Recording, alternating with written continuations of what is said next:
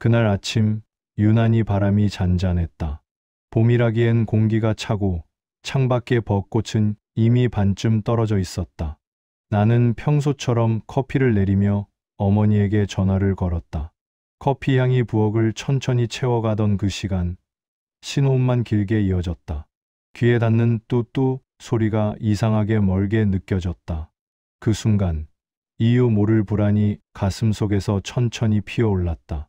어머니는 평생 약속을 어기는 분이 아니었다.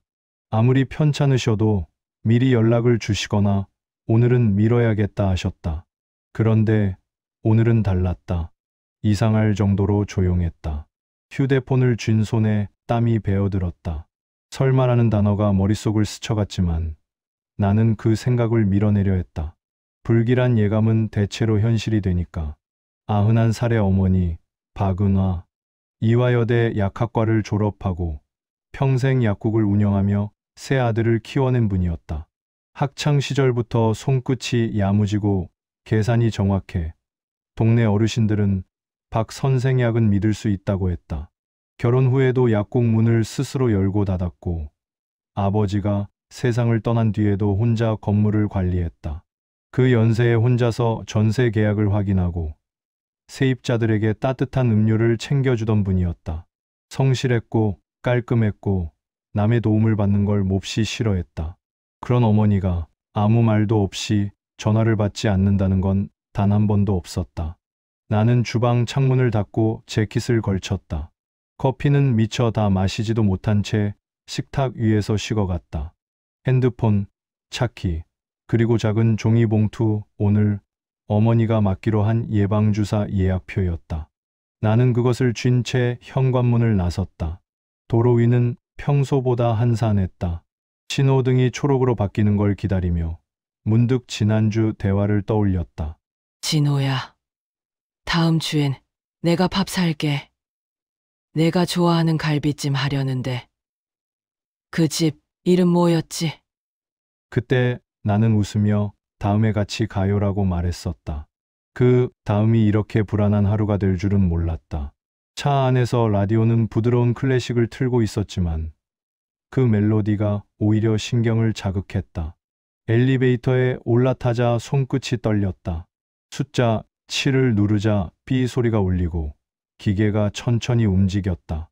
거울 속 내 얼굴은 유리처럼 창백했다. 괜찮을 거야. 그냥 잠깐 외출하셨을 거야. 그렇게 스스로를 다독였지만 심장은 점점 빨리 뛰었다. 도착을 알리는 벨이 울리고 문이 열렸다. 현관 앞엔 낯선 신발 두 켤레가 놓여 있었다. 남성용 구두 한 켤레, 그리고 낡은 슬리퍼 한 짝. 형들이 종종 신던 것과 닮아 있었다. 나는 한 걸음 물러섰다가 다시 문고리를 잡았다. 손끝이 미세하게 떨렸다. 문틈 사이로 새어나오는 공기가 이상하게 무거웠다. 집 안 어딘가에서 낮은 사람 목소리가 들렸다. 나는 숨을 고르고 조심스레 문을 열었다. 그때부터 모든 것이 달라지기 시작했다. 형들, 문을 열자마자 들려온 내 목소리는 뜻밖에도 떨리고 있었다. 거실에는 큰형과 둘째 형이 앉아 있었다. 커튼은 반쯤 닫혀 있었고 텔레비전은 꺼져 있었다. 햇빛이 창틈으로 들어와 먼지 입자만 떠다니고 있었다. 그 고요함이 이상하게 불안했다. 큰형은 신문을 펼쳐 들고 있었지만 글을 읽는 눈이 아니었다. 둘째는 휴대폰을 만지작거리며 고개를 숙이고 있었다. 방 안 공기는 냉장고처럼 싸늘했다. 어머니, 어디 계세요? 내 질문에 둘째 형이 짧게 말했다. 방에 계셔.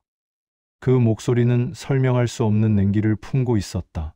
마치 무언가를 숨기려는 사람의 말투였다. 나는 더 묻지 않았다. 직감적으로 그들의 눈빛이 들어가지 말라고 말하는 걸 느꼈다.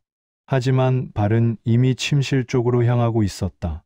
문 앞에 다가서자 안쪽에서 희미한 냄새가 풍겼다. 파스 냄새, 약 냄새, 그리고 식은 땀의 냄새. 나는 문고리를 천천히 돌렸다. 문이 열리자마자 세상이 멈췄다. 침대 위에는 어머니가 누워 있었다. 하얀 이불 위로 엎질러진 물컵이 굴러 있었고 바닥에는 구겨진 손수건이 떨어져 있었다. 베개 옆에는 약봉지 몇 개가 뒤엉켜 있었고 창가 쪽으로는 커튼이 반쯤 젖혀진 채 흔들리고 있었다. 나는 조용히 다가갔다. 손등에는 파스가 여러 장 붙어 있었고 팔에는 선명한 멍이 줄지어 있었다. 입술은 바짝 말라 있었고 숨은 아주 약했다. 어머니, 나는 무릎을 꿇고 손을 붙잡았다. 그 손은 얼음처럼 차가웠지만 손끝이 아주 미세하게 떨렸다.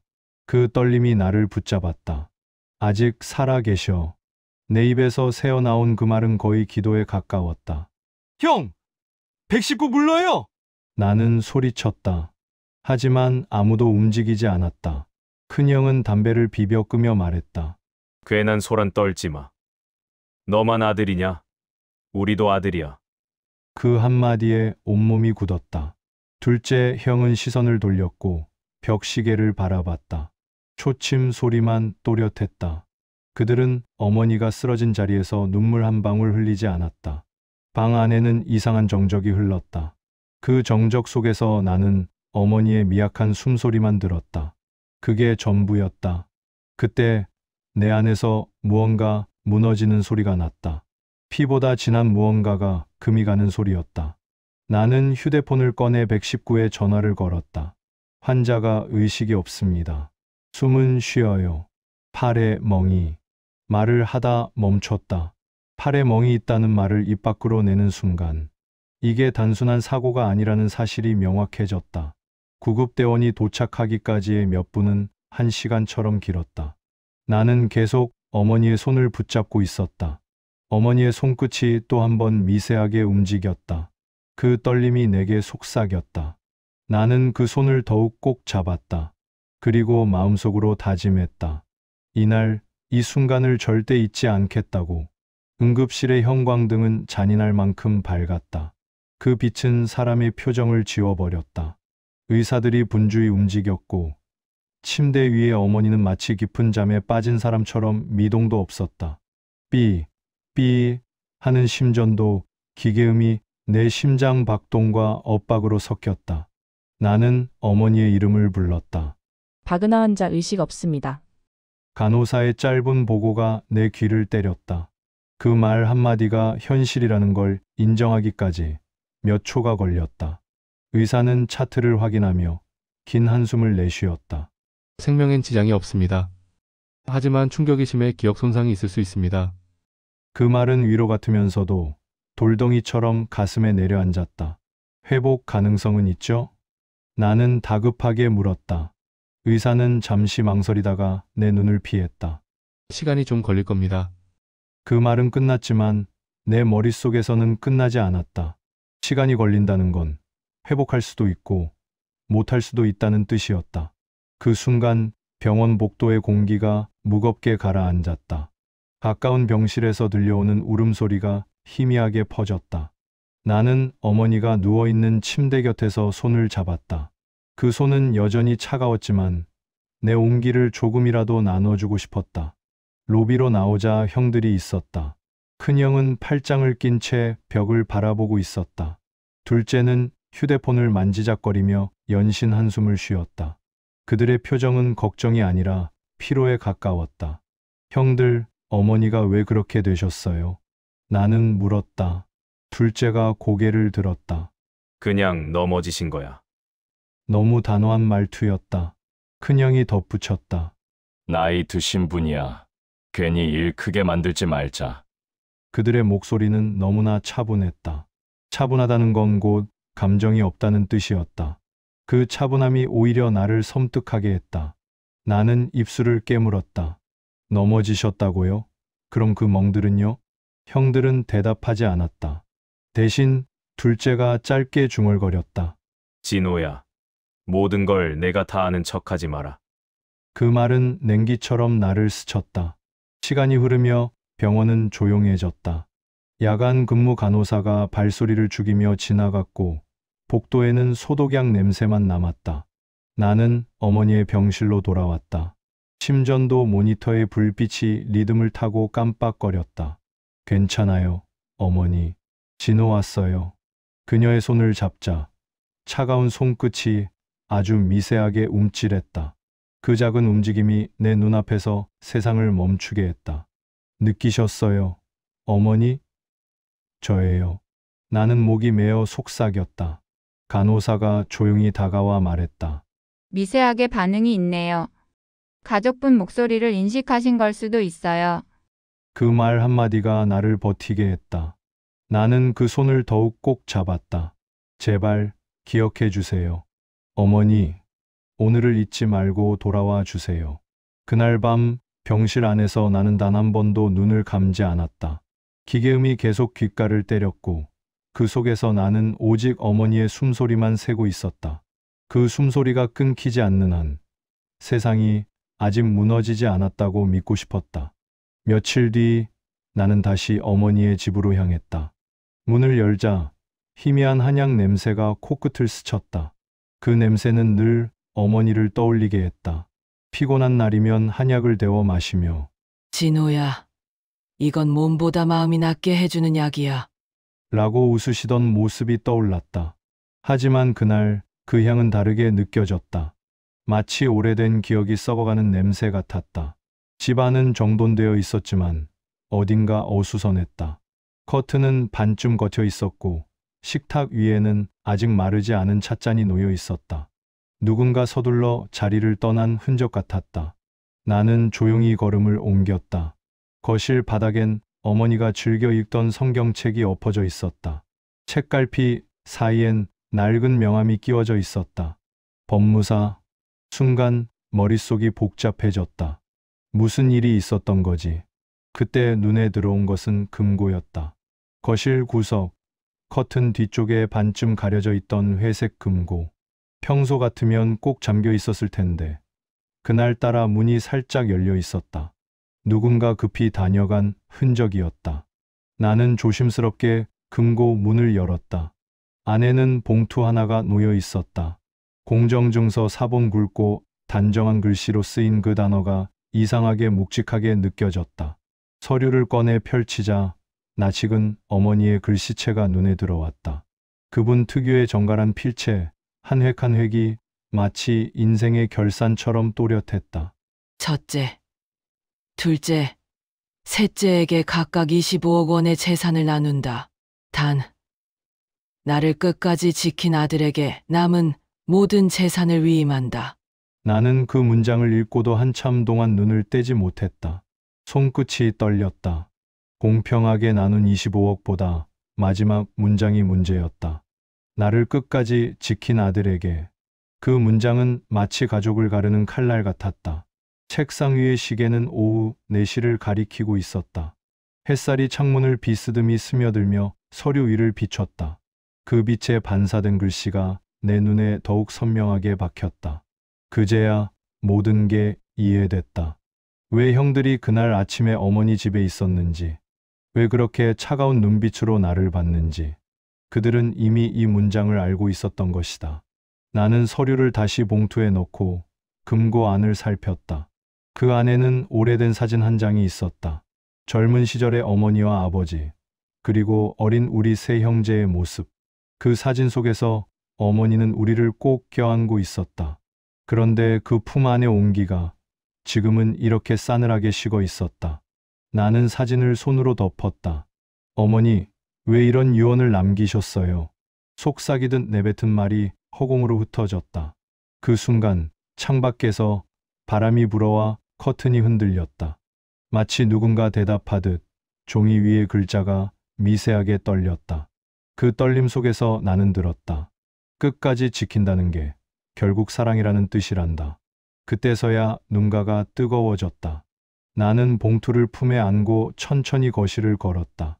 한약 냄새와 먼지, 그리고 어머니의 미약한 숨결이 여전히 이 집을 감싸고 있었다.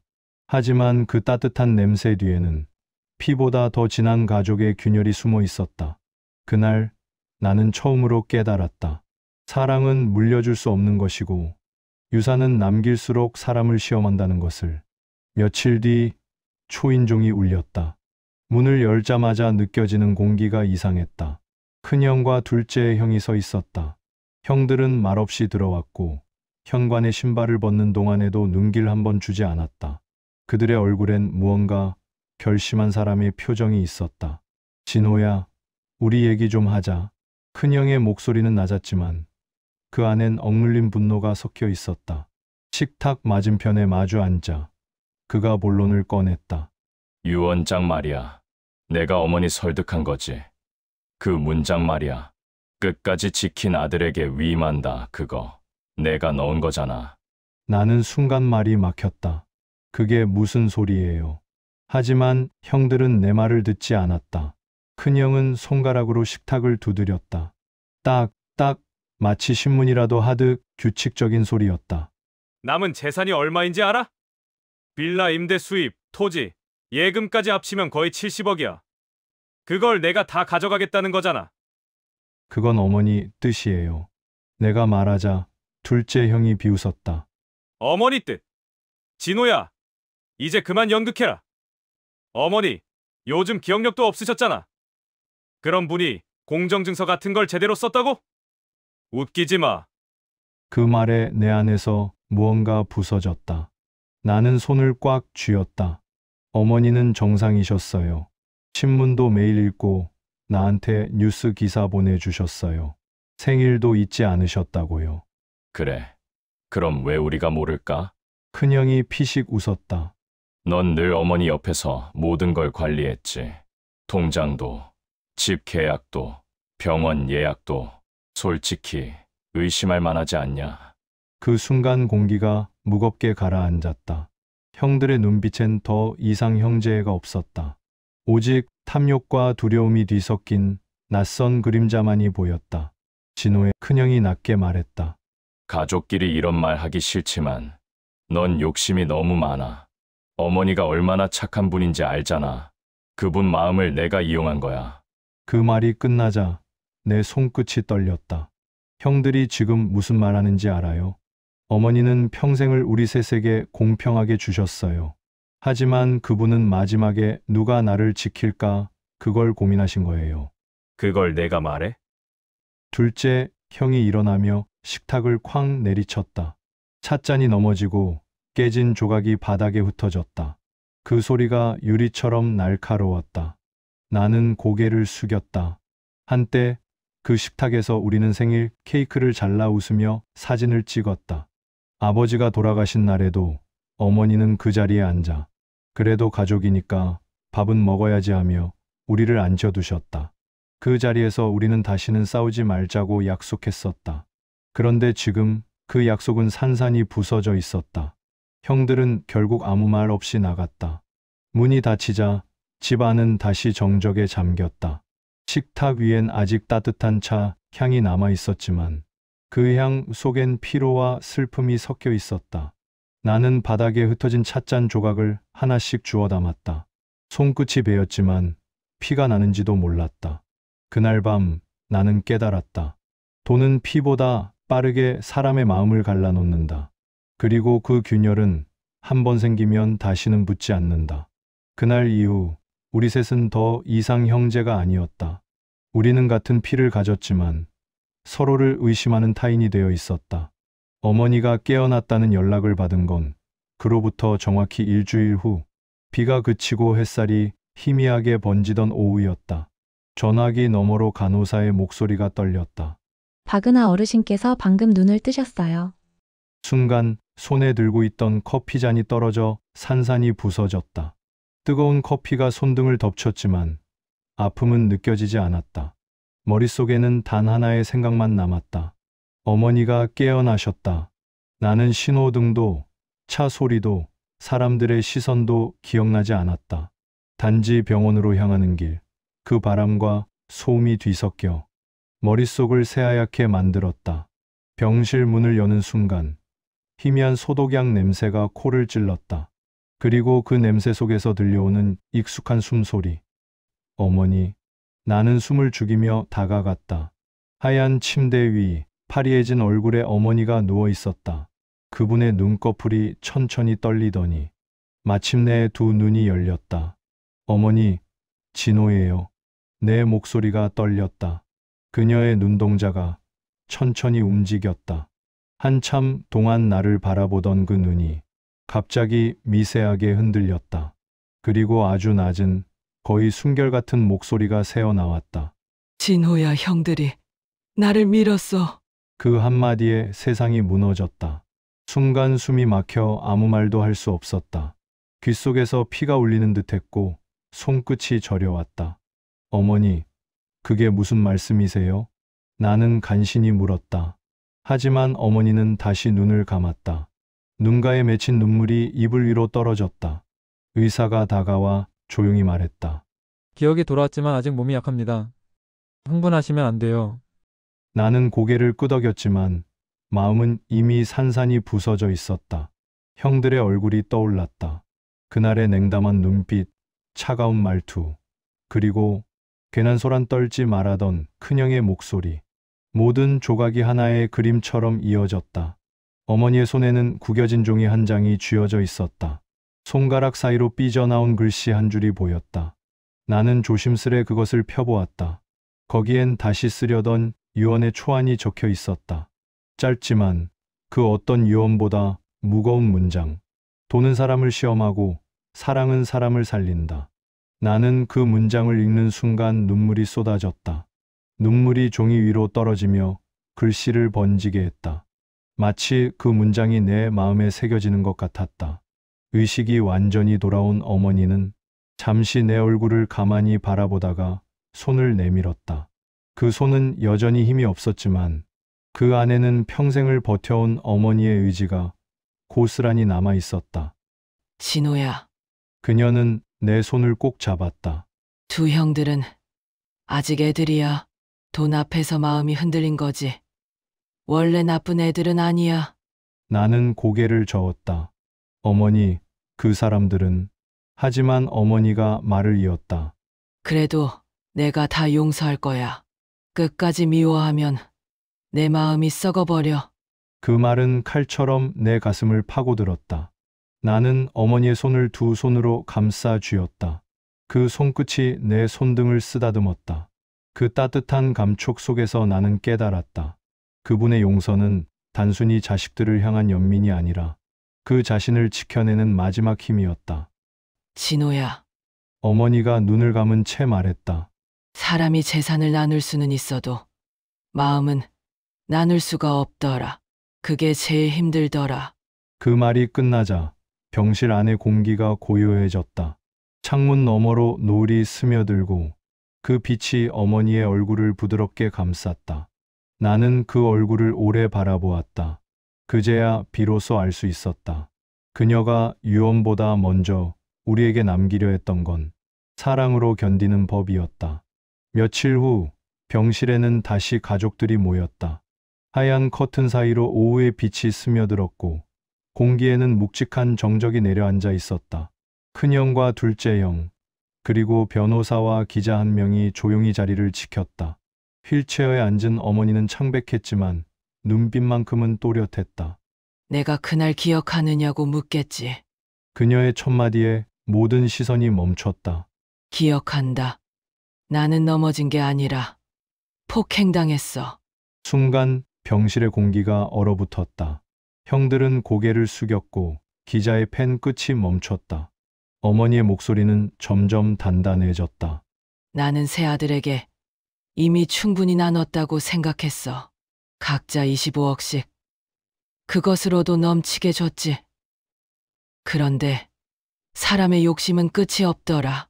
돈보다 중요한 건 마음이란 걸 이제야 알았다. 그녀의 말 한마디마다 병실의 공기가 무겁게 떨렸다. 누가 내 곁에 있었는지 나는 안다. 그 말이 끝나자 형들은 아무 말 없이 고개를 숙였다. 그 순간 나는 어머니가 남기려 한 진짜 유산이 돈이 아니라는 걸 깨달았다. 그건 용서였다. 사랑으로 감내하는 가장 단단한 용서. 그리고 몇 달 뒤 어머니는 다시 집으로 돌아왔다. 지팡이를 짚고 걷는 걸음은 느렸지만 눈빛은 예전 그대로였다. 나는 매일 아침 커피를 내렸다. 그 향은 젊은 시절 어머니의 약국을 닮아 있었다. 진호야, 그녀는 커피잔을 들며 말했다. 결국 돈은 사라지고 남는 건 마음뿐이더라. 형들은 도시를 떠나 소식이 끊겼지만 어머니는 그들을 원망하지 않았다. 그 애들도 언젠가는 돌아올 거야. 그때 커피 한 잔 내려줘라. 쓴맛도 단맛도 함께 나눠야 가족이지. 그 말에 나는 고개를 끄덕였다.